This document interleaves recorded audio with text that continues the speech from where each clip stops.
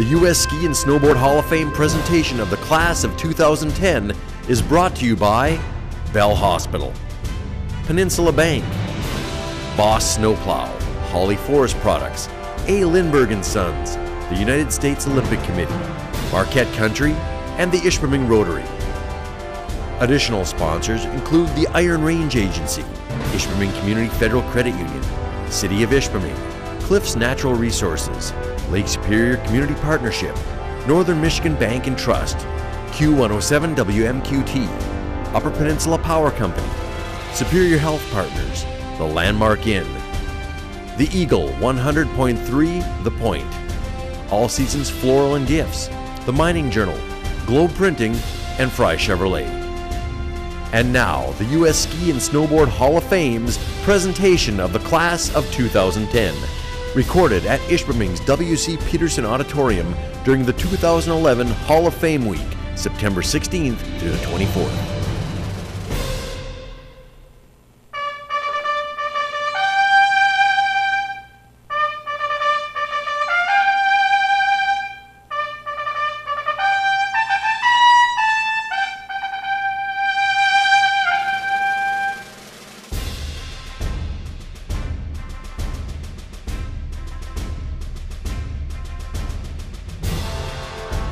Since the first time man strapped board to foot to conquer the frozen ground, there has been the passion.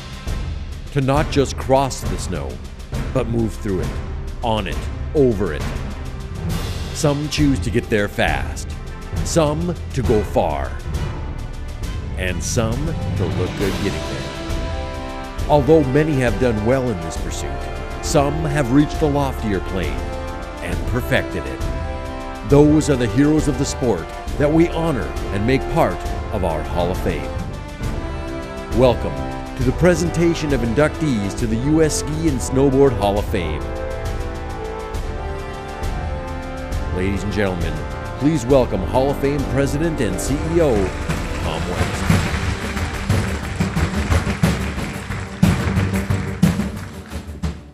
Good evening and welcome to this special presentation and celebration ceremony for the U.S. Ski and Snowboard Hall of Fame class of honored members elected in 2010.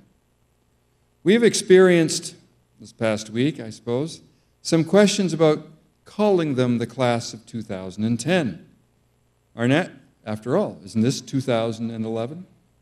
Our national election for honored members takes place in the late summer each year. Approximately 120 people are involved in this process, and the induction and recognition of each class begins the following spring. Now, while this might be a bit confusing for some, the important thing to understand is that tonight we are celebrating the achievements of 6 of some of the greatest names in ski sports. These 5 men and 1 woman have represented the very best in our sport, and each one has a lesson for all of us, whether we love to ski or not. To be able to meet with them, to hear what they have to say, is a special privilege and opportunity that few people across our country have. Ishpeming is the birthplace of organized skiing in America, thanks to the vision and commitment of our first honored member, Carl Tellefsen. He was inducted when the Hall of Fame was first established in 1956. Tonight's class brings our total of honored members to 374. Now, while that might seem like a lot, consider that 55 years have passed since, and there are over 30 million skiers and snowboarders in this country. Truly, honored membership in the U.S. Ski and Snowboard Hall of Fame represents the very best in our sport. Before proceeding, I just want to say thank you to all of our sponsors whose names are on the back of your program, as logos and company names. And if you have a chance and know somebody with those companies and run into them, say thank you to us for us. We also thank you for being here this evening.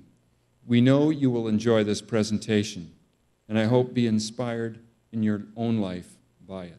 Thank you. And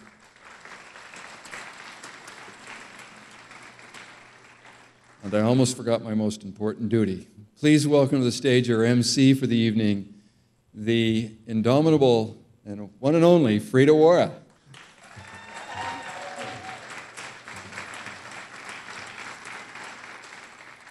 It's family reunion time. I just love it. And we really are a family. I mean, I'm an only child. You're my family because we're kind of peeps together because we love snow. And when you love snow, the places you can go and the people you can meet. And I just have a feeling that this is the best time of year to do this whole event in Ishpeming because we're at that crux. It's like, okay, it could be warm. We could do another bike ride. Get out there, but maybe not so many mountain bike rides anymore unless you're wearing a lot of orange because I know Marv's out there doing a lot of small game hunting and probably some other folks are too. But you get at that point where you look at the thermometer and it's 38 degrees. Yeah, it doesn't take much to make snow. And Steve already shared with me that he saw snow out on the basin the other day, so it's happening. And in Austria, there's already some snow falling in the Alps, so the Ravinia are pretty excited about that. And that's what we get excited about. So what a great way to kick off the ski fever by having some of those heroes right here with us. And there are also some heroes already, honored members of the Hall of Fame that are here with us tonight, because I saw Coy Hill here. And those of you who have already been inducted to the Hall of Fame, please stand so we can recognize you. It is so special to have you here. Coy, thank you so much. An Ishpeming ski jumper. Now we have 6 more legends that we get to add to that list, and this is a pretty exciting night. Throughout life, do we need heroes? We need their stories, we need their trials, we need their accomplishments, because from those we're all made stronger. We work through their courage, we find more about their secrets for pursuing and persevering through some of the most challenging times of our lives. Our next inductee was just a teenager when she pledged her life to help others, a promise that she has kept.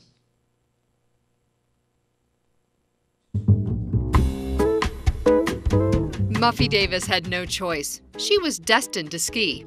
Her parents, Dennis and Mary Beth, wanted a ski family, and besides, they thought the ski hill was the perfect daycare. By the time their first child, Muffy, turned 3, she was gliding, and by the time she was 7, this go-for-it little girl was racing. By 8, the hook was set. She was already dreaming of the Olympics. Growing up in Sun Valley, Idaho was the perfect place for Muffy's dreams to come true. Her ski team included up-and-comers like Muffy's rival, Peekaboo Street. By the time the two of them were in high school, they were topping the charts and headed for the U.S. development team. We competed in riding our bikes in the summertime. We competed in getting around the hockey rink on our skates. There was never a moment when you could let up, because if I let up, she was right there and was going to take it from me. On Saturday, February 18th, 1989, during downhill training, one turn would change everything. It was a run Muffy had skied hundreds of times. She clocked close to 50 miles per hour when she lost control on a sharp turn. She hit the first tree with her back, the second tree with her head. The impact shattered her helmet and severed her spine. At the hospital, it was her dad, the radiologist on call, who read the x-ray. Hospitalized from February through May, Muffy put her goal setting to another test, and school became her conquest. She ran for junior class president from her hospital bed and went on to be homecoming queen and valedictorian. In 1995, she earned a biology degree from Stanford, specializing in disability studies. But even in sunny California, ski racing and Bald Mountain remained with her. The same mountain that for many years meant freedom now became her greatest challenge. The December after the accident, Muffy's mom took her to Winter Park to get her back on the snow. She tried to ski again, but her upper spine injury left her with no torso control. On a monoski, this former champion couldn't even link a turn. For Muffy, it was agonizing, like trying to ski in tennis shoes. She jokes now that the ski patrol took her down in the toboggan so many times they stopped strapping her in. But she never gave up. She was surrounded by supporters, including her hero, Gretchen Fraser, America's first Olympic gold medal skier. While Muffy was healing, Gretchen sent her a gold pin, a four-leaf clover that had been given to Gretchen after her 1948 Olympic win. A sign that Muffy would win her own Olympic medal too. The breakthrough came after college in 1995 when instructor Mark Mast put Muffy in a new monoski at Sarah Will's adaptive ski camp in Vail. The Yeti made all the difference. With better trunk support and stability, she flowed through the turns. The old rush was back, and 8 days later, she entered her first monoski race. Within 3 years, she was headed to Nagano for the 1998 Paralympics. Finally, a childhood dream had come true. From Japan, she brought home a bronze. 2 years later, she won gold at the World Championships, and in 2002 in Salt Lake, she took 3 silvers. The silver medalist, representing the United States of America, Muffy Davis! Over the course of her career, she earned 7 World Cup titles, including 2 back-to-back overall titles in 2001 and 2002. A year before her crash, Muffy wrote for a school assignment, "I am about success through determination. I am here to live the best I can, and through that, lead others into the best they can be." Today, Muffy is a motivational speaker, and with her husband, Jeff Burley, they travel the world teaching adaptive sports and recreation. In 2008, Ellie was born, and this couple had their daughter on skis as soon as she could walk. Along with Olympic medalist Gretchen Fraser, Kristen Cooper, and Peekaboo Street, Muffy Davis has a run named after her on Bald Mountain. And now, her name will also join them as an honored member of the U.S. Ski and Snowboard Hall of Fame.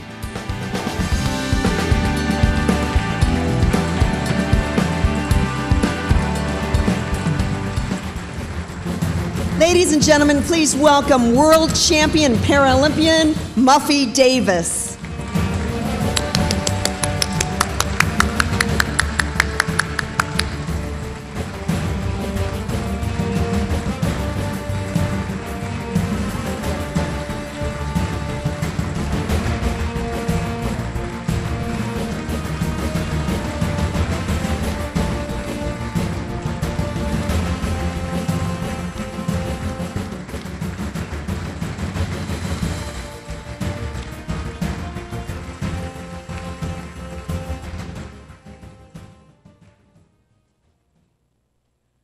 Wow, thank you so much. This is an immense honor. I never even dreamed of being inducted into the Ski and Snowboard Hall of Fame. I set pretty high dreams and high goals for myself, but this was something I never even thought was a possibility, so it's such an immense honor, and I want to thank you all, and thanks for being here. And thank you to the Hall of Fame and the voting panel for this honor, and all of you in Ishpeming who come and cherish and relish the Hall of Fame. I haven't yet been inside, but I'm so excited to be able to go in there and see all of the other members and hopefully for eternity be there and be relished with all the amazing skiers that we have in this country. As someone who grew up on skis at such a young age and set a high goal at 7 years old to ski in the Olympics, I don't even know how I knew what the Olympics were at that age, but somehow I knew it, and I knew that's what I wanted to do. And then when my challenge came and my accident and my disability, and I thought that dream was over, as you can imagine, I was devastated. That was my life's mission and my purpose and what I always wanted to do, and I couldn't imagine any other way of accomplishing that. And I soon learned that there are a lot of ways, and that we all have challenges and we all have obstacles, but if we're creative and we find a new solution and a new way, we can get back out there and accomplish those dreams and overcome those obstacles. And I was fortunate. I found adaptive monoskiing and didn't have to change that dream and that goal, and was still able to get back out on the slopes where my passion and my soul was whole and was free. And I'll never forget that first day when I got on my monoski and I pulled it out of my truck by myself and I got in it all by myself and I went back out on that mountain and I got on the chairlift and I made the turns and I got that zing back from that ski and I remember, yes, this is skiing, this is what I love. And I knew that I would be back and I knew that I would be a ski racer again. And after time and with support from my friends and my family, was able to get back out there and to accomplish that dream as a Paralympian and to get up on that podium. And never in my dreams when I was 7 years old and set that goal did I think I would be sitting on that podium in a wheelchair.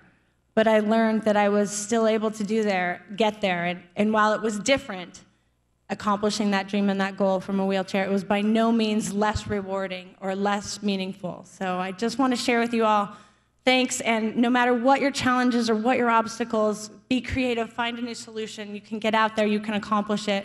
We all have hard times, but if we work hard and we support each other, we can get there and we can accomplish things that are even beyond our dreams. So thank you so much for this honor. Thank you so much to the Ski and Snowboard Hall of Fame and all of the members in the voting panel. And keep skiing. It's the best sport in the world. Thank you.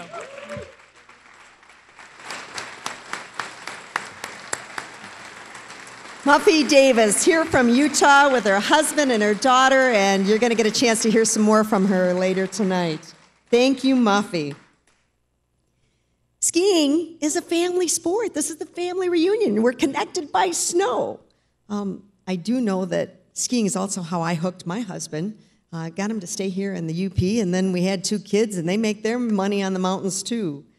But one family in this country has also made ski racing and Olympic competition a chapter in their family history. Mickey and Ginny Cochran didn't set out to raise a family of Olympians, but they did want their children to grow up in the outdoors and skiing. So they moved their 4 kids from Cornish, New Hampshire to 100 acres in the mountains of Richmond, Vermont. And in the winter of 1961, Mickey rigged a 500-foot rope tow on 100 feet of vertical in the backyard. For 10-year-old Bobby and his sisters Barbara Ann, Marilyn and Lindy, skiing became a way of life. Ginny turned the kitchen of their 100-year-old farmhouse into a ski lodge. Dad, an athlete himself, took on the role of coach with the discipline of a sergeant. Bobby remembers his dad always wanted skiing to stay fun, but he structured their after-school workouts with the precision of an engineer. After a 4-mile run along the Winooski River, they did weight training and then went out to run a 15-gate slalom course under the floodlights he'd rigged from the back attic window. It didn't take long for all that practice to pay off. In 1967, Barbara Ann and Marilyn made the U.S. team. That same year, Bobby, a 9th grader, won the giant slalom at the National Junior Championships. And in 1968, at 16, he was also invited to join his sisters on the U.S. team, making him the youngest at that time to earn a spot on the squad. Bobby's rare talent covered all events. In 1971, he won 3 out of the 5 races in the Can-Am Series, as well as the Roach Cup downhill in Aspen.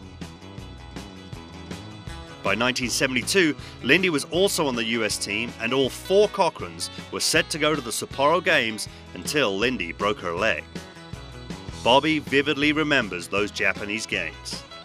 Visibility was so bad, he couldn't see Barbara Ann's gold medal slalom run until she skied through the finish. But he was convinced her time was on top and jumped the fence with fellow teammate Rich Chaffee to hoist her up on their shoulders in victory. Bobby finished a creditable 8th place in the downhill. And the next year, in 1973, his mental toughness would earn him gold in the combined at the most demanding and dangerous event, the Hahnenkamm in Kitzbühel. Never before had an American stood on the top of that podium. And in March that year, he earned another American first, finishing #1 at the World Cup Giant Slalom in Heavenly Valley, on a course fellow teammate and Hall of Famer Kerry Adgate labeled the toughest he ever ran. And he was presented with the Buddy Werner Award in recognition for his sportsmanship and leadership on the US team. Bobby turned pro in 1975, and in the 3 years on the circuit, he added more to the trophy case, including a 1976 overall third place in the World Pro Tour. After racing, he put that same drive and dedication into medical school, and today Dr. Robert Cochran is a physician in New Hampshire. He still loves to ski, and to take on a new challenge, he recently added Nordic racing to his resume. As the country's only not-for-profit ski area, Cochrane Ski Area continues to grow, now operating 4 lifts, servicing 8 slopes. Bobby's children, Tom, Jim and Amy, along with their cousins, have had remarkable racing careers. In December, the first Cochrane great-grandchild, Eli, was born, and according to Grandpa Bob, he'll be on skis too, maybe even before he can walk. Bobby admits the bar was set high in the Cochran family, and he looks back fondly on his life from a little town in Vermont to the mountains of the world. Now, with his sisters B.A. and Marilyn, the Cochran family legacy lives on in the U.S. Ski and Snowboard Hall of Fame. Please welcome from Richmond, Vermont, world champion and Olympian Dr. Bobby Cochran.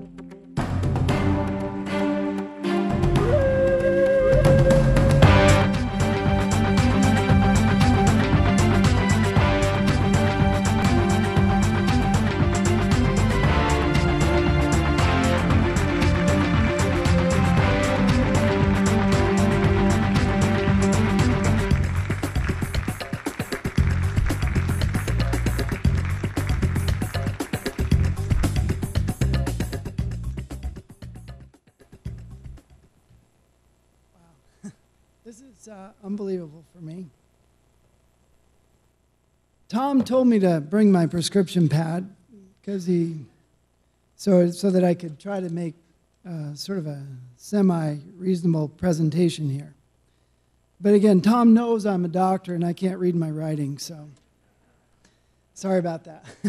Anyways, I wanted to start by saying I think we do need a moment of silence because I know this is Tiger Country, but the Red Sox are playing the Yankees, and they really are trying to blow things, so please say a prayer for my Red Sox. Thank you. I want to say I'm in awe the more I see all of my fellow inductees, seeing Muffy and seeing what she's accomplished, and Glenn and Darren and Shane and what Mr. Holding has done for this community. I'm in awe. So I feel overwhelmed by this. I do want to say the Upper Peninsula is incredible. I love this place.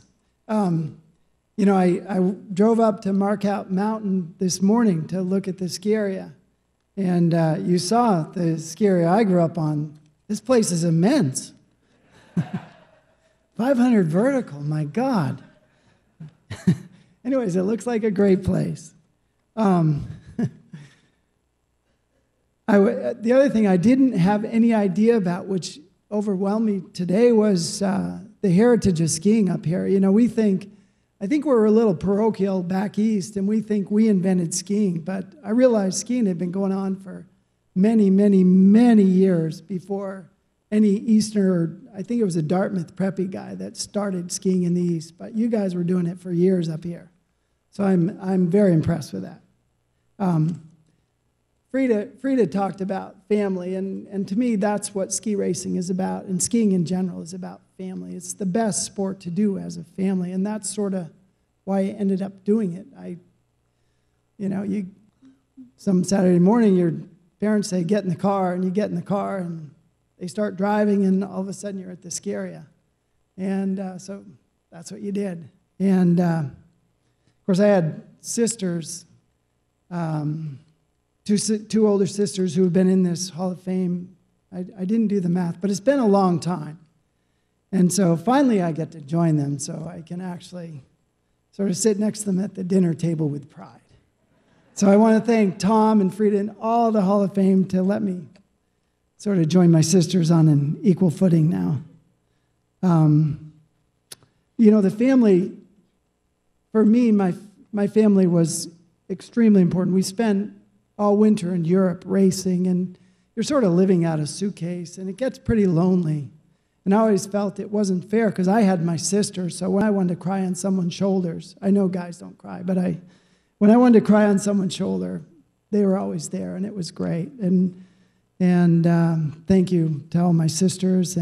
But really, I think everybody in the ski industry is a family. I went through the Hall of Fame today. I'd never seen it, and it's an incredible place. And you start looking at all the memorabilia and everything in there. But the thing that really struck me was the members of the Hall of Fame, all the people. And I started going through, and I was like, oh yeah, I remember him. Oh, I remember him. And it is. We're a family. And I did want to had a couple of thank yous. Frida mentioned heroes. I grew up having lots of heroes. A couple of heroes I wanted to mention was Buddy Warner was my hero growing up. I always think it's ironic that you say Buddy Warner, Buddy, and then you change the U to an O, and all of a sudden you've got Bodie. So I don't know how that happened, but I think somehow Bodie channeled Buddy. But Buddy was the king to me. I know some people think Elvis was, but to me, Buddy was the king. And I had the privilege of seeing Buddy Warner ski at Stowe in 1964, a month before he was killed tragically in an avalanche. But if there was ever a king on the hill, that was Buddy. And I always think the Prince was Billy Kidd, who was also my hero. And I happened to have the privilege of being on the ski team with him, and he was just elegance on skis. And so thank you to my heroes, Buddy and Billy.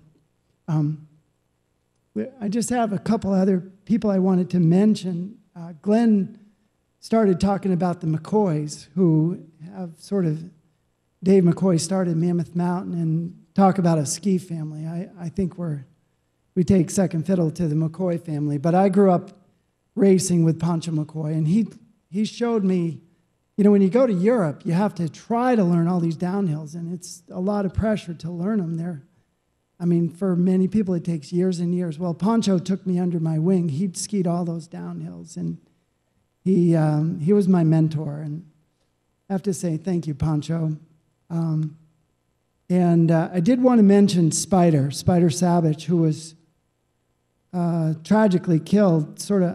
We won't talk about the circumstances, but he did teach me one thing that I still do to this day. You're supposed to, when you're approaching someone on the ski hill from behind, you're supposed to say, passing on your right, passing on your left, or just say right or left, or something like that.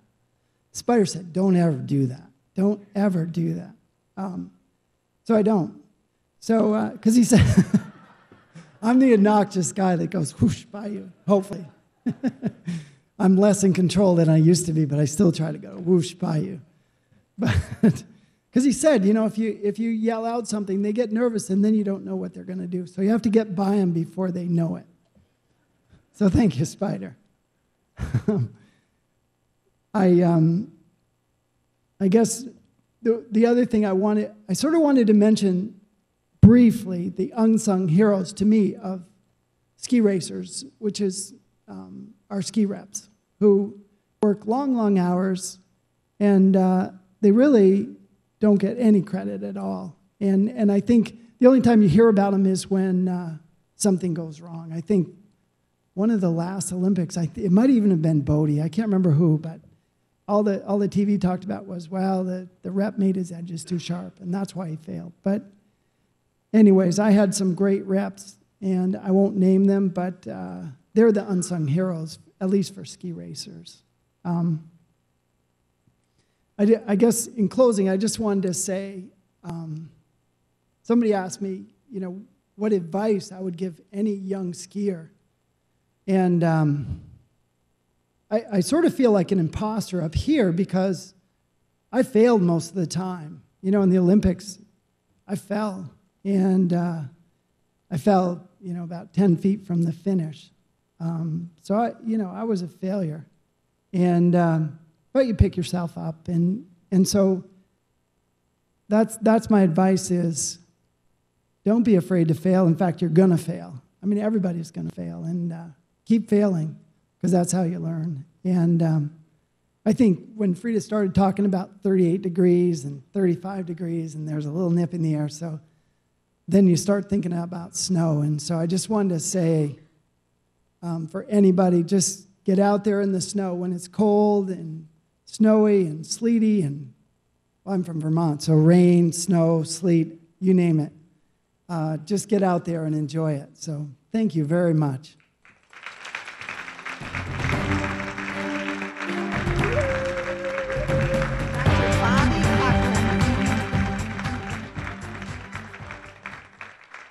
You know, Dylan, you're going to have to catch up with Dr. Cochran later tonight at the Ski Hall of Fame and ask him a little bit about that Hahnenkamm.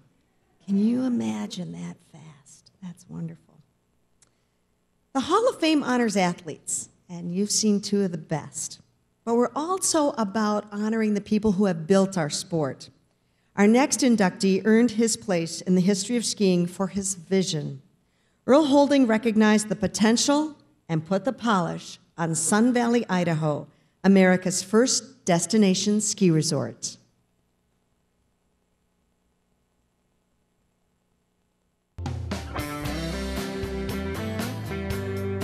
Two of our country's most prestigious ski resorts, Sun Valley and Snow Basin, have been meticulously shaped by Earl Holding's work ethic and attention to detail, which harkens back to humble beginnings in Salt Lake City.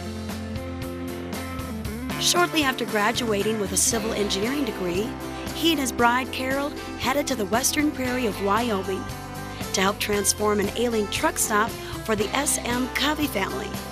It took 2 years, but Earl and Carol transformed the desolate outpost into the highest volume service station in the country. Today, as many as 5,000 travelers a day stop at this traveler's oasis that boasts its own zip code. The family went on to build Little America properties in Cheyenne, Flagstaff, and Salt Lake City. In a bold move in 1976, Earl bought Sinclair Oil. His business transformed a regional chain of travel centers into an oil company covering much of the territory west of the Mississippi. A year later, Earl heard that Sun Valley Ski Resort was for sale. He wasn't a skier yet, but he knew the hospitality industry.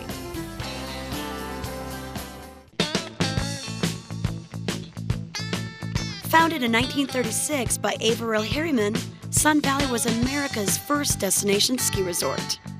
Meeting with Averill, the Holdings could see the potential of this once grand and glamorous year-round resort. So in 1977, they started a career in the ski business. Reporters proclaimed Earl bought a pearl. Assembling a team of dedicated employees, he launched his vision to restore Sun Valley to its original grandeur. His love for the Western outdoors and respect for nature helped fuel his ambition for the first project, planting more than 7,000 trees. He installed 7 high-speed lifts and the world's largest automated snowmaking system, covering more than 1,000 acres of skiable terrain. He designed the new day lodges to recreate the ambience of the national park lodges in Yellowstone, Glacier, and Yosemite. To top off the Sun Valley ski experience, he added an 8-passenger high-speed gondola.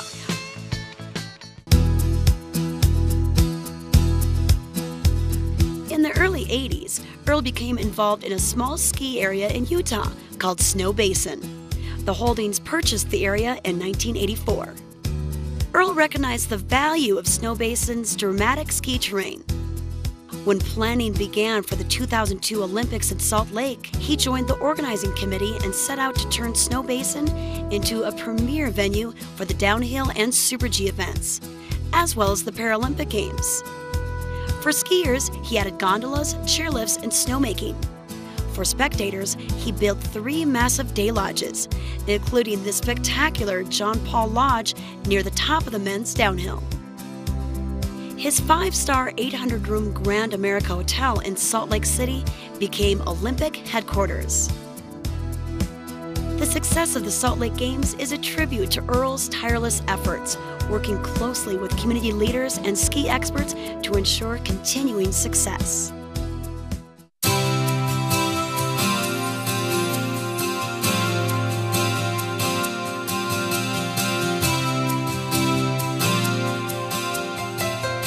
The Holdings believe in teamwork.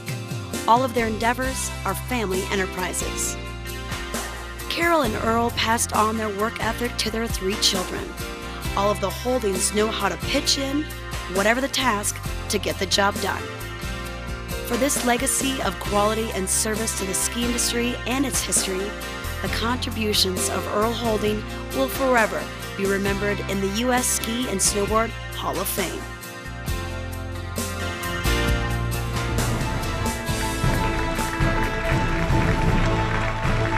For health reasons, Mr. Holding has not been able to be here with us tonight, but if you go to Sun Valley, a man that you'll know, he is the president of their marketing and their public relations, Jack Sibick, and if you can get a chance to make some runs with this man in Sun Valley, you'll know the heart of that mountain.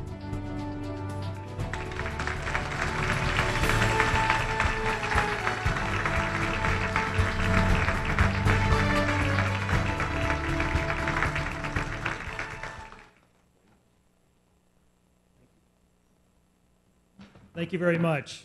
Unfortunately, Mr. Holding's health prevents him from being here, and I'm honored to be here in his place to accept this from you. You see a lot of great athletes here, and I'm honored to be here to be part of them, but there is something in common, the vision and the work ethic. I've been very honored and humbled to work for the Holding family for over 33 years now, and at Sun Valley and at Snow Basin. The strength that we have at Sun Valley is our ownership.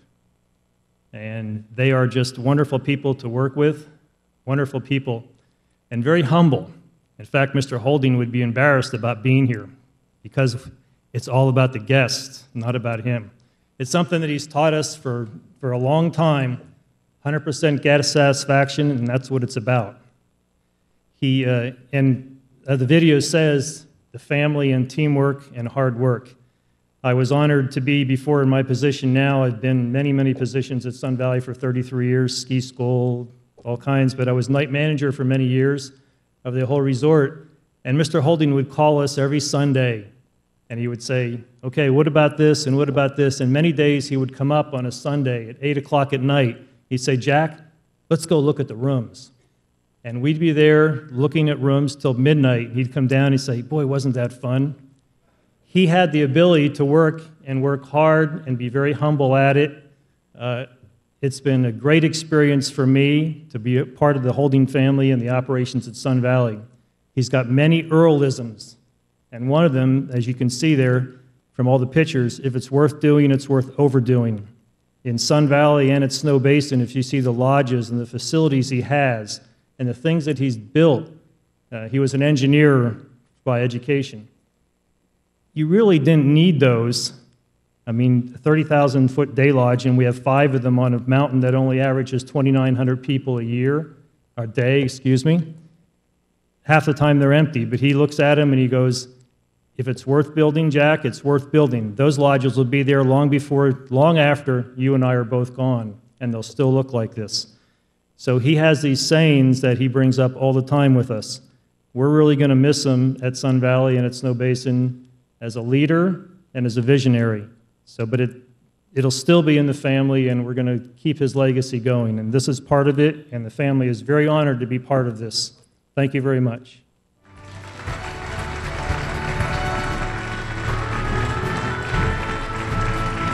Thank you, Jack Sibick and the Holding family. I know Muffy's sitting there, oh yeah, and Jeannie Thorne's here, and all the years and runs she's made at Sun Valley too. How many of you folks have skied Sun Valley? Yeah, it's a wonderful place. Well, skiing has long been a sport for pioneers, whether skis were used to track new landscapes or lifestyles.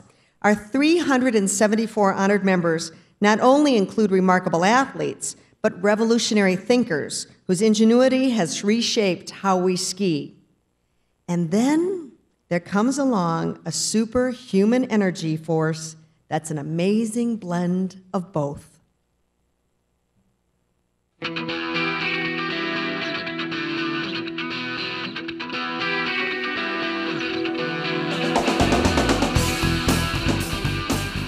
Shane McConkey ranks as one of the world's best extreme skiers, dropping lines that most still label impossible. But Shane didn't like the word extreme. Instead, he defined his famous big mountain moves as free skiing, the freedom to ski your own style on your own terms.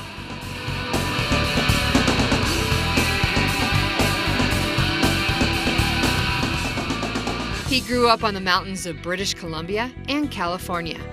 Dad Jim started the Whistler Ski School, and Mom Glenn was 8-time National Masters champ. Shane was young when he started racing and always believed it was a solid foundation for learning the physics of skiing. As much as he wanted to be like his hero, Ingemar Stenmark, Shane wasn't bulky enough to be a career racer. Still, he was driven to push his skills forward. The park scene was yet to arrive, so in 1993, he entered the Pro Mogul Tour. The next year, he won the South American Free Skiing Championships and placed second at the World Extreme Skiing Championships.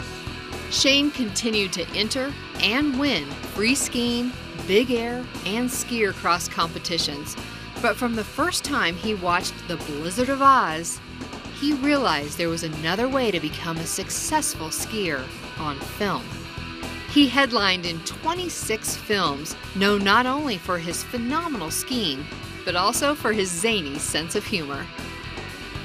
His popularity also earned the People's Choice Male Skier of the Year award 3 years in a row. But his talent wasn't just for making his body work. Shane's wife, Sherry, recalls his Einstein-like passion for how to make equipment work better too.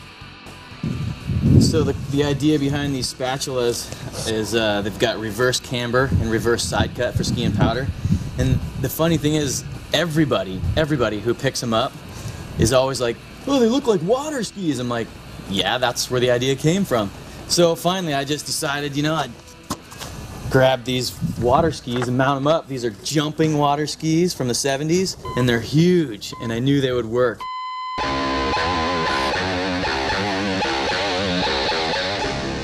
Volant was the first to take the risk on Shane's Rocker Rebellion and manufacture his reverse side cut decamber design as the spatulas.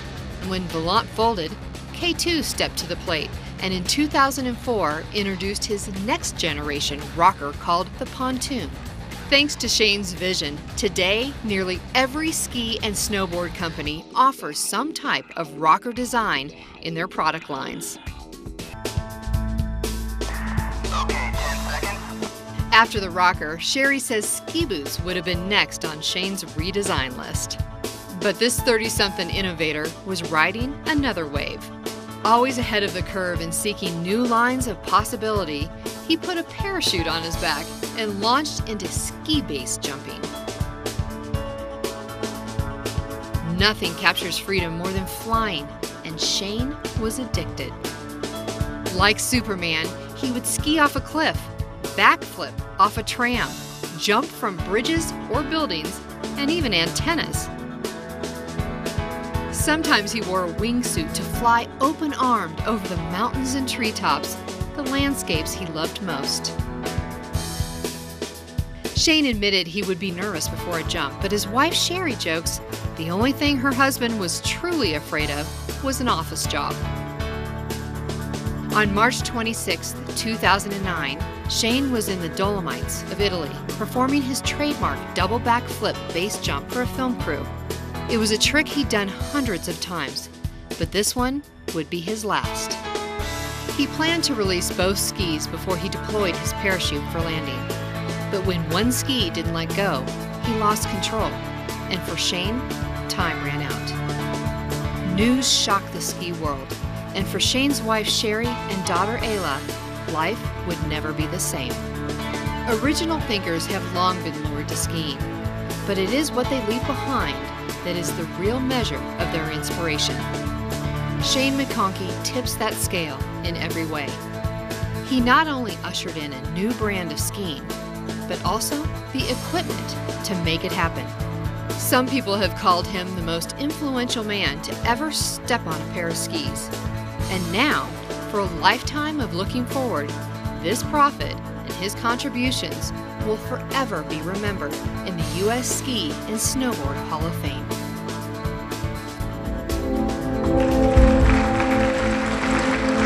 Ladies and gentlemen from Squaw Valley, California, please welcome Shane McConkey's wife, Sherry.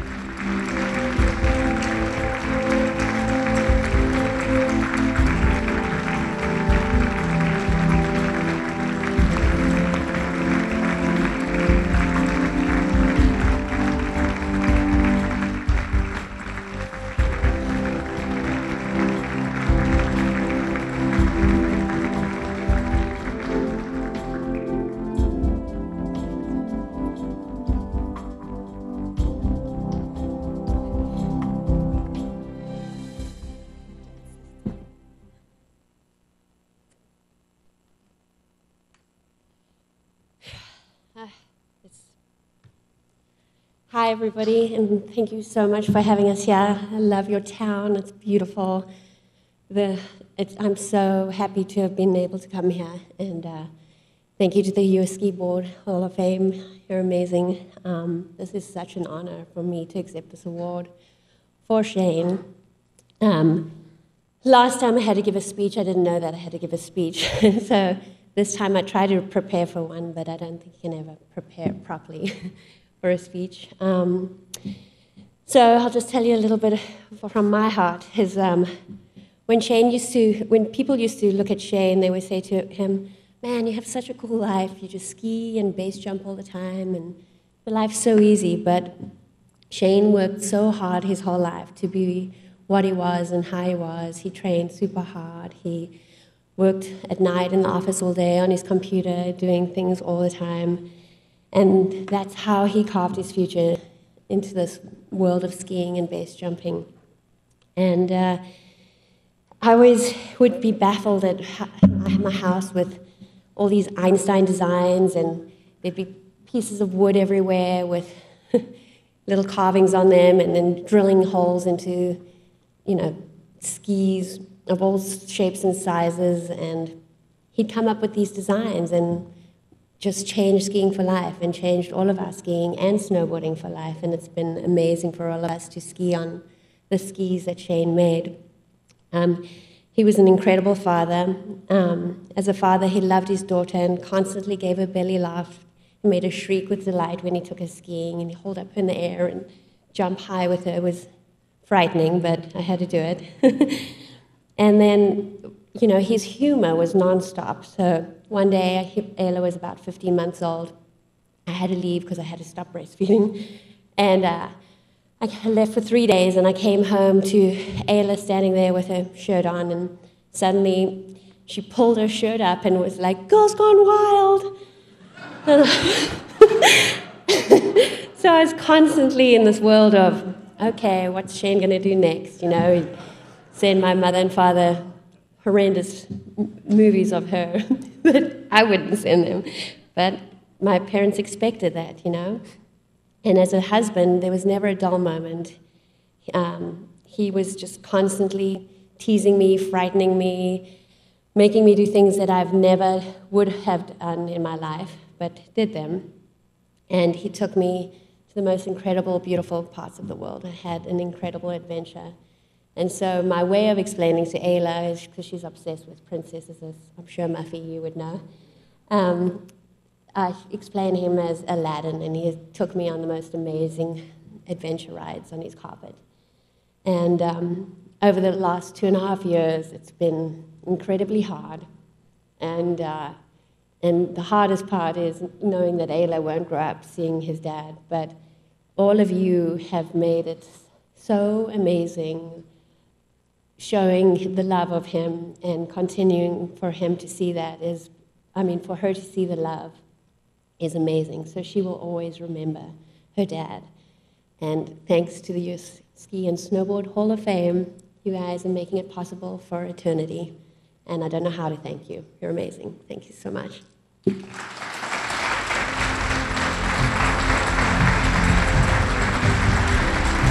Sherry McConkey.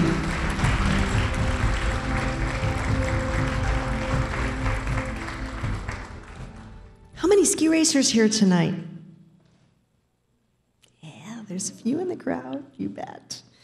The stories cataloged by the U.S. Ski Team rank some of the best in athletic history. But one man has shown his amazing speed skills by winning more World Cup downhills than any other American.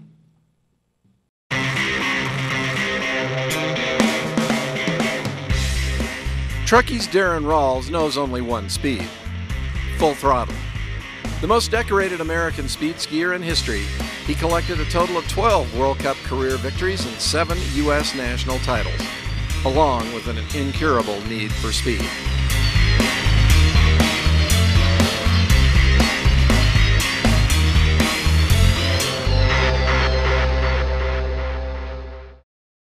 Pretty much I've grown up my entire life skiing. I've been on skis since I was 3 years old. I'm 30 now, and it's what I love to do. It's kind of my reason for being. Born and raised in Northern California, Darren found himself exposed to all kinds of sports. But with winters in Tahoe and summers in Clear Lake, Rolf's focus narrowed to water sports, both liquid and frozen. At the age of 12, Darren's family moved to Tahoe to ensure he could concentrate on chasing his ski racing dream. During the summers, he pursued his warm weather passion, jet skiing. After just 4 years of racing 440 Superstock and modified classes, he became the expert world jet ski champion in 1993. Ironically, that same year, he was named to the U.S. Ski Team. 13 years on the national team netted Darren 3 trips to the Winter Olympics and 5 World Championship appearances. Rolfs officially announced his presence as one of the top speed merchants in the world in 2001 when he crashed an Austrian World Championships party in St. Anton, winning the Super G gold medal.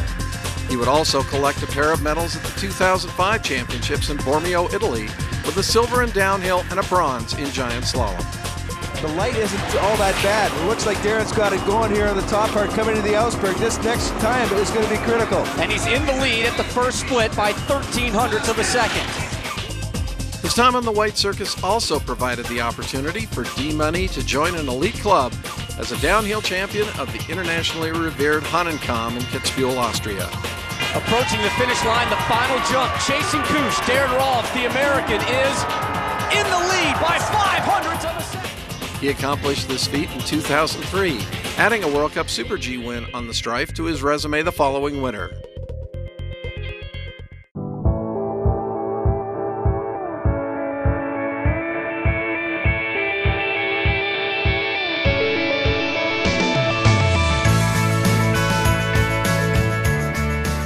His desire to explore different facets of the sport of skiing prompted his decision to retire from World Cup racing. Oh, Darren going big. Darren Rolfs down to the finish line. He goes over the last big kicker. Redemption is his. Darren Rolfs claims the gold medal. He now splits his winter days between big mountain skiing and the ski cross circuit, excelling at both, having won Winter X Gold and representing the U.S. once again at last winter's Vancouver Olympics. An ambassador for Sugar Bowl, he continues his involvement with ski racing, working with the Resort Ski Academy and Ski Team, sharing his knowledge and experience with younger athletes. When not rocketing down a skier cross course or skiing magnificent mountains for films, Darren and his wife Michelle have full-time jobs raising twins Dryson and Miley. It is with great pleasure that we welcome Darren Rolfs to the U.S. Ski and Snowboard Hall of Fame this evening.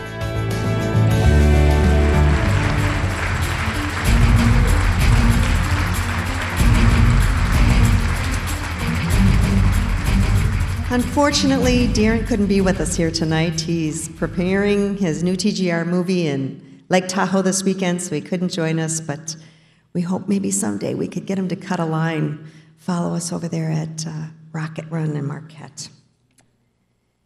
Anybody feeling the ski fever yet? Am I just the last one? Yeah, Dylan is, I know. Yeah, Dylan, you saw the Hanukkah again, right? You're getting ready, I know. You don't even have to wax. Last night, after we saw the Blizzard of Oz at the library, Dwight Johnson gave me the word. He said, it's infectious. Not just contagious, it's infectious. And when we're with the crowd like the peeps here tonight, boy, it does get infectious. And we are waiting for that snow to fly. And you know, I hate to tell you that there really isn't a vaccine out there for it either. You just got to live through winter, you know, make the snow come.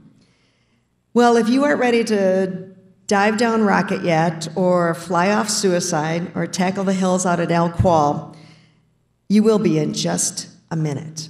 I know this is going to hook you. Skiing does something to us, not just our legs and our lungs, but our heads and our hearts. And once that door opens, it can never be closed. And that's the vortex that followed one wild and crazy kid from California.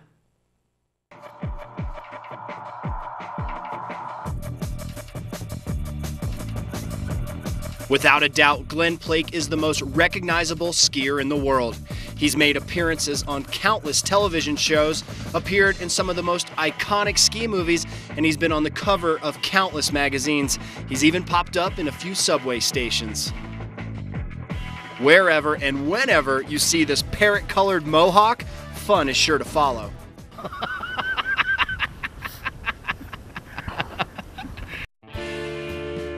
This California kid, born in Livermore, was just 2 when his mom put him on skis, and he's been playing in the snow ever since. Growing up on the slopes of Heavenly Valley, his heroes were the hot doggers, and it's no secret he punched his ticket to that bad boy scene too. A free spirit, he honed his skills on the race course and learned his lines in the mogul field, even spent some time on the U.S. Moguls team. But Glenn admits he wasn't cut for FIS fame. He resisted the national team regimen and jokes that in defiance his trademark hairdo was born. More than most mountain towns, the hard-living, gambling streets of South Lake Tahoe tolerate rebels, and his mohawk made for a fitting crown for a 3-time world hot dog champion. The 80s were a time when freestyle skiing was blazing a path, and Glenn was ramping up on the momentum. Searching new terrain to test his tricks, his real passion for skiing and his chance at becoming a, quote, pro skier came through the camera. Greg Stump took a chance, including the 21-year-old, in his 1986 film, The Maltese Flamingo, and the rest is history. In 1988 came Blizzard of Oz, the classic movie that changed the lives of so many free skiers, including Steep and Deep pioneer Shane McConkey. I was at my high school living room, and that movie had a real big impact on me, just like it did for everybody else my age. On that very shoot, Glenn fell in love with France, and in particular, the high alpine lifestyle of Chamonix, where he still has a home. From the chutes of Europe's highest mountain, Mont Blanc, Glenn continues to be challenged by some of the highest peaks in the Andes and the Himalayas, climbing with legend Remy Lecluse as high as 22,000 feet in India just to get those precious first tracks. According to Glenn, skiing 50-degree slopes at 20,000 feet is a game where rules have not changed. Without a doubt, this evangelist lives and breathes skiing every day of his life, and not just at the posh destination resorts. For Glenn, he's just as inspired roaming off the beaten path. He starts his winter in Chamonix, building legs and lungs on thousands of feet of vertical. Come March, he returns stateside to get on the road and carve, not only on the big mountains, but also on the smaller resorts that might only offer up a few hundred feet of vertical. Glenn and his wife Kimberly don't mind. They chalk it up to their own Down Home Tour mission. An annual road trip that started in 1991 on their honeymoon when they set out in a camper van and traveled 13,000 miles through 33 states, skiing 50 resorts in 68 days. From the lift line at these feeder areas, this Pied Piper and his partner learn what skiers and snowboarders need and want. Most often, the lessons come from the kids, a magnet to Glenn's mohawk, an audience he recognizes represents the future of snow sports. What he gleans goes to manufacturers like Elan and Del Bello, where he works to continually refine equipment. Although there are some days and some conditions where the straight skis come out and Glenn rips up a line for ski history's sake. How's it going, everybody? Welcome to Real Thrills. We're at Mountain Snow. Glenn still uses the camera as a tool to preach the gospel. Since 1999, he's hosted RSN's Real Thrills TV show. For his zeal to keep it real, Glenn Plake has been named one of the top 10 most influential skiers of all time. He's wild, he's worldly, and he keeps us connected. Like no other icon of our sport, Glenn's passion bridges all cultures, from the wide-eyed beginners making stiff turns in rental gear to the fearless veterans ducking out of helicopters to lay a line in the Chugach. They relate and listen to this ambassador because he so freely shares his joy. And now, for his lifetime labor of love to our sport, Glenn Plake will forever be honored at the U.S. Ski and Snowboard Hall of Fame. Are you ready? Ladies and gentlemen, please welcome the one and only skiing bad boy, peacock, and preacher of the gospel of snow, Glenn Plake!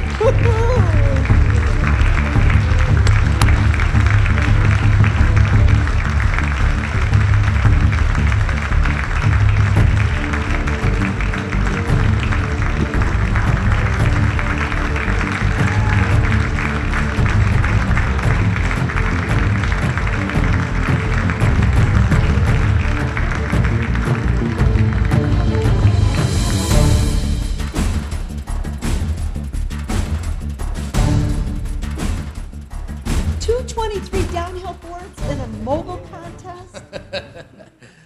Yeah, I don't know, there was definitely a time where now I think everybody's getting brownie points for like skiing on bigger, fatter skis for like the cool guy factor. There was a time where it was like you skied the longest skis just because you could. I just had to ask that question. Oh, wow. Oh, here we go. Geez. Well, for one, thank you very, very, very much for having me here for the hall. Where'd that thing go? In this spring, I had this like really huge speech, and today they were like, "Oh, it'd be cool to tell some stories, okay?" So I said, "Yeah, okay." I'm always usually good for a couple stories, but really, before I kind of get rambling, and then when you've had enough, I'll stop because I'm last. So. Keep you here all night. Anyways, I really have to thank the hall. My class is amazing. I'm so stoked to be with this group. What a diversity, and I think it really shows what skiing really is. It's a very unique activity that you can look. All of us come from different lives. We've all excelled in different disciplines. We've all excelled in through different challenges and all this, and it's just so beautiful that, you know, we're here in Ishpeming where ski jumping was king in the 20s. You know, now it's the home of the Hall of Fame. By the way, you did see my truck. That wasn't taken yesterday. I've been here before. I've skied Marquette. I'm so stoked. And it's a real pleasure to be back here. But I just, you know, one thing that always does intrigue me about skiing is how much variety it really has, whether you're a ski jumper, a ski racer, ski mountaineer, ski whatever adjective you want to put on the back of it. It's great. And then also, like we keep saying over and over again, too, family sport. I mean, we can all get together and have a family softball game, but it's not like really, like you can't really have grandma like in on the flag football game.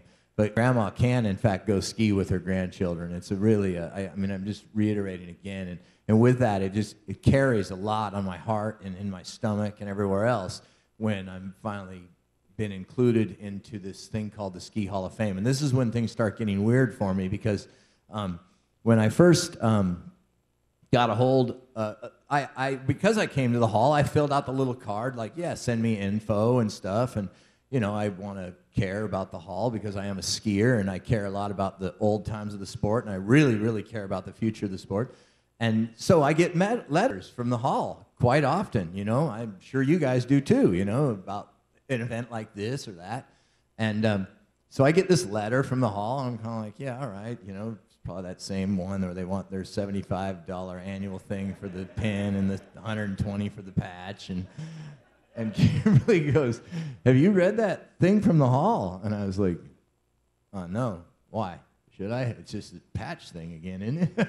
She's like, no, you should read this one.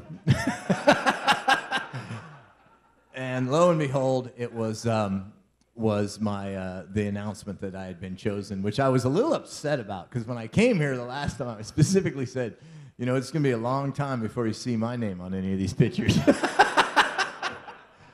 That happened quicker than I thought, and they used Metallica as a reference for me to be thrilled that I was being put in the Hall. They're like, Metallica just went in, and now we're putting you in. And again, I'm so thrilled at our class. I think years from now we're going to look back and 2010 was cool, man. There was a lot of stuff going on. Anyways, so, and I'm kind of getting behind myself, but whatever. I'm random. I called a friend of mine who's in the Water Ski Hall of Fame and said, hey, dude, they just put me in the Hall of Fame, or they're going to put me in the Hall of Fame. And he goes, yeah. You remember when I went in the Hall of Fame? And I said, yeah, that's why I'm calling you. And he says, yeah. And he kind of was like really aloof, let's say, in what he was speaking. And this is a good friend of mine. And all of a sudden he became very vague.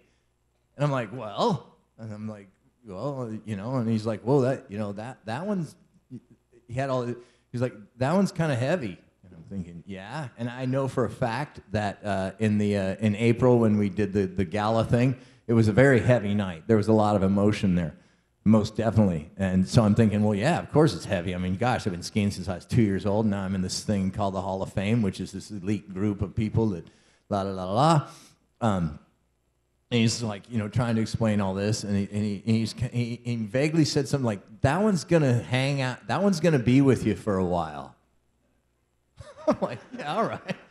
I can honestly say when I was introduced as our class being the newest members of the Ski Hall of Fame, that has stuck with me, and I know now what my friend was trying to explain to me.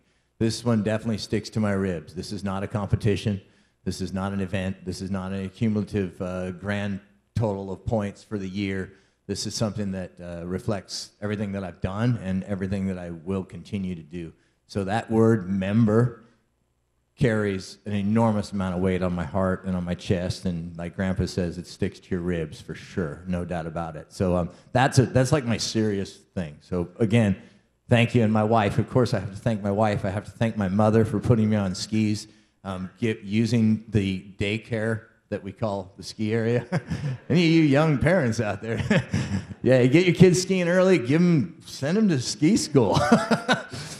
You pick them up in 8 hours or so. My grandparents, my grandfather in particular, taught me how to work. He's an old California farmer. Oh, I said I wasn't going to do this. I was barefooting all week, so my head's full of water. Excuse me. But now my grandfather passed away. They're actually today's his ceremony, and he helped me. Sorry. He was an old 95 years old. So I'm not going to tell you when he was born, but he never bought anything, but boy, he fixed everything. And what couldn't be fixed, he made. And just really taught me how to work hard and do the things that you have to do what any of us have ever done. And Grandpa, man, he's cool. And his passing came with ease. Like I say, 95, perfect health. Just got old, man.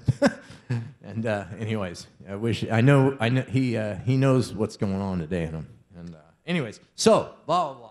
So for some reason, I'm about ready to talk about peeing in my pants again.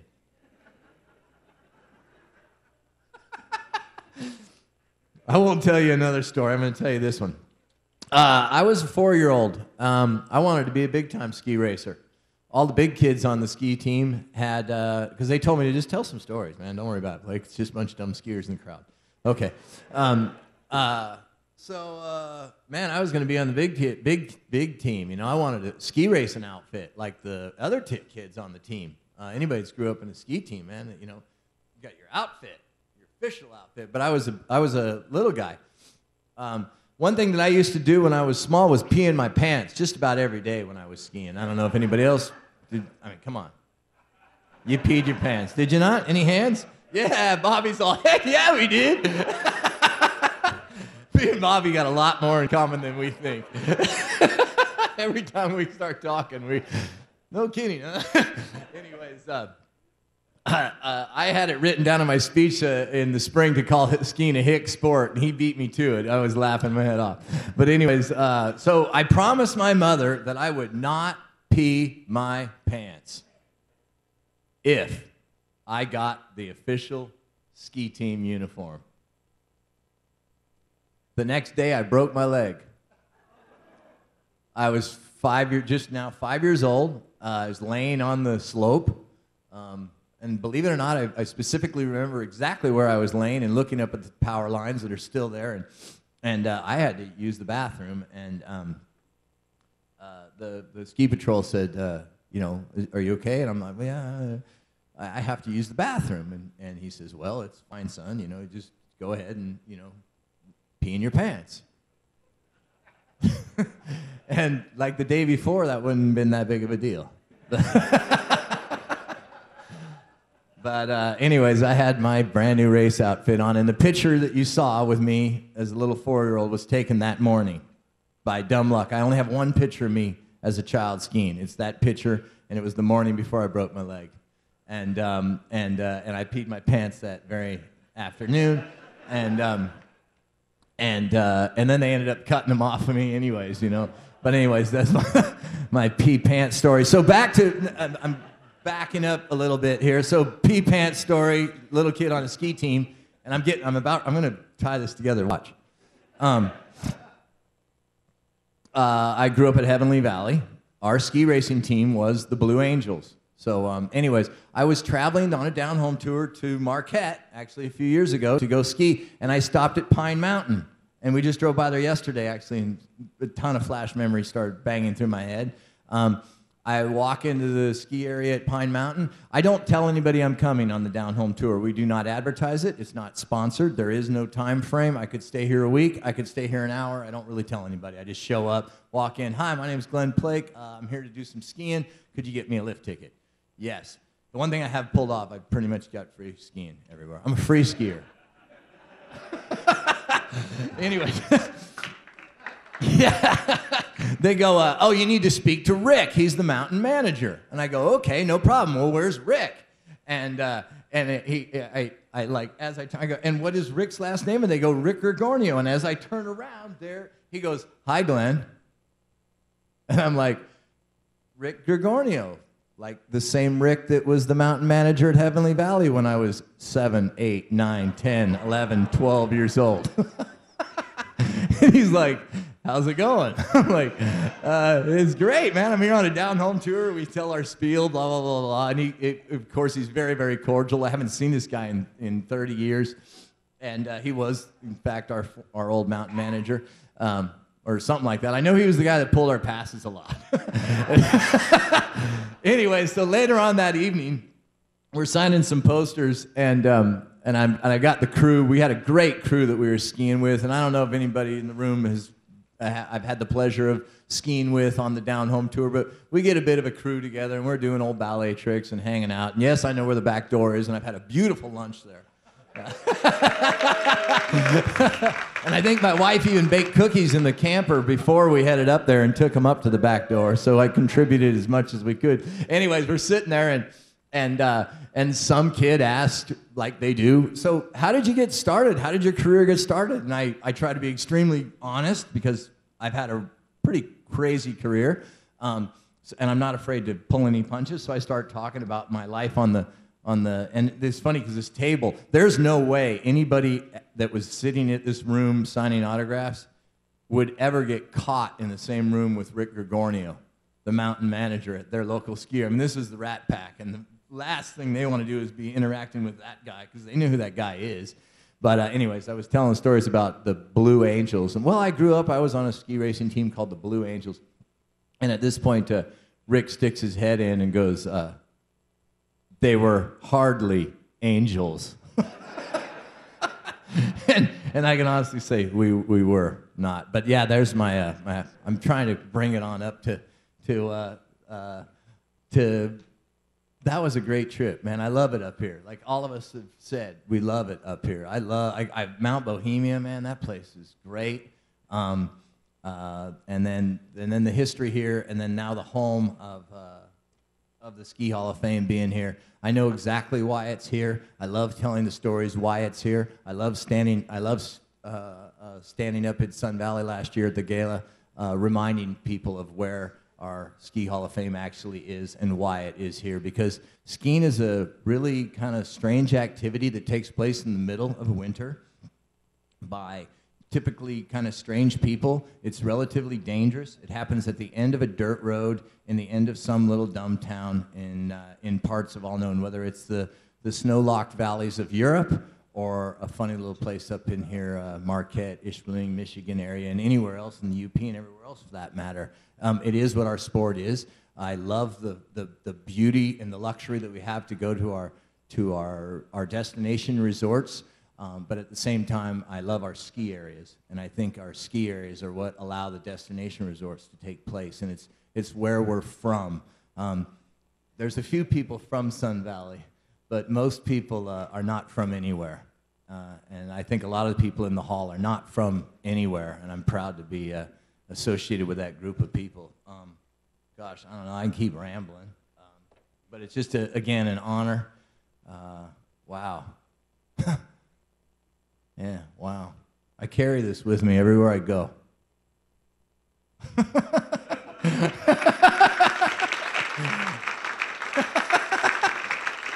And I let people know what it means. And I thank you guys very much. I thank the hall and look forward to chatting with you, look forward to skiing with you guys, and have a great winter. And again, thank you so much for making my career possible. I am the last person that should have been skiing should have been his career. And I can honestly say that I'm a professional snow skier and have been for almost 20 years. Thank you.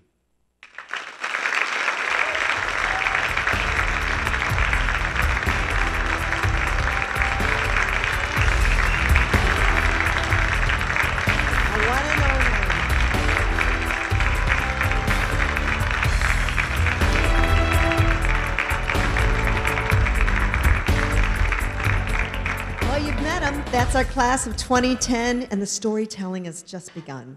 We are going to conclude this evening the way we do every one of our events here at the Hall of Fame, and we are inviting the ski jumpers to come up on stage to share that classic song that we all need to get the words, and I think Dave's going to have those for us. Dave Poyer with Thunder and Lighting. We so appreciate his crew.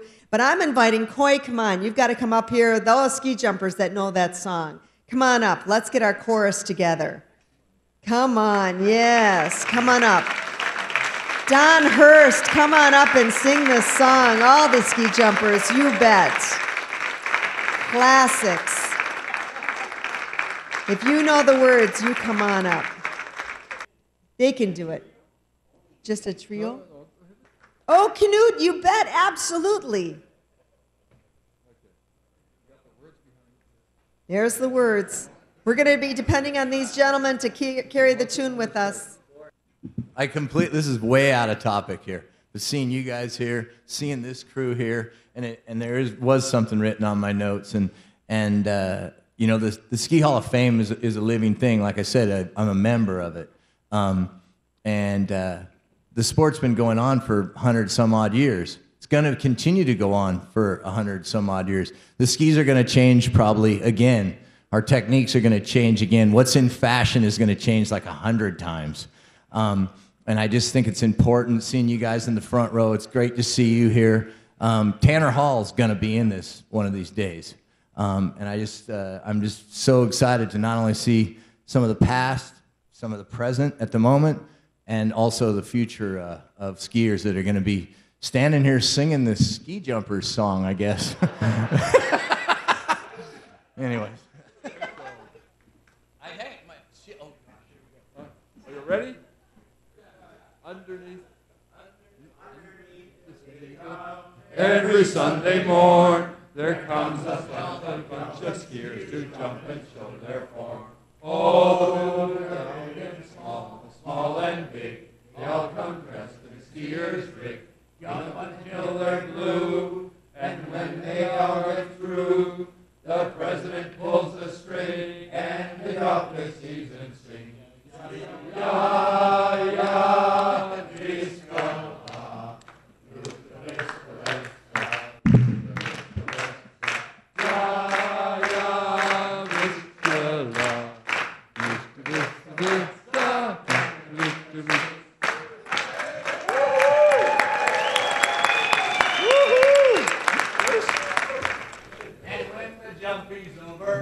And the day is done, they hurry from the mountain to have a little fun. Oh, the small and big, the big and small, they congregate in Svenska Hall, and then they drink foaming brew. They take on a rosy hue. The president pulls a string, and they blow their foam and sing. Yeah, yeah.